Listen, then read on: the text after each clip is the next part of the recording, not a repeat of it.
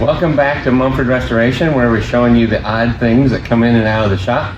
Take a look at our website, mumfordrestoration.com, or our YouTube channel, and watch some of the things that we work on. Now, most people know what a roll-top desk looks like.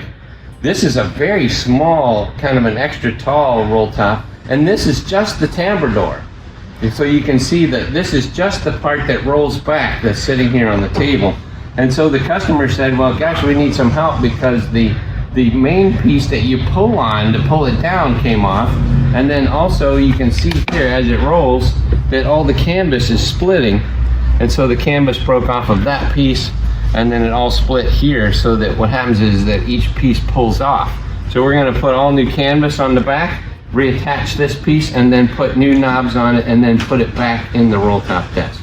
So just something interesting that came into the shop. Thanks for watching.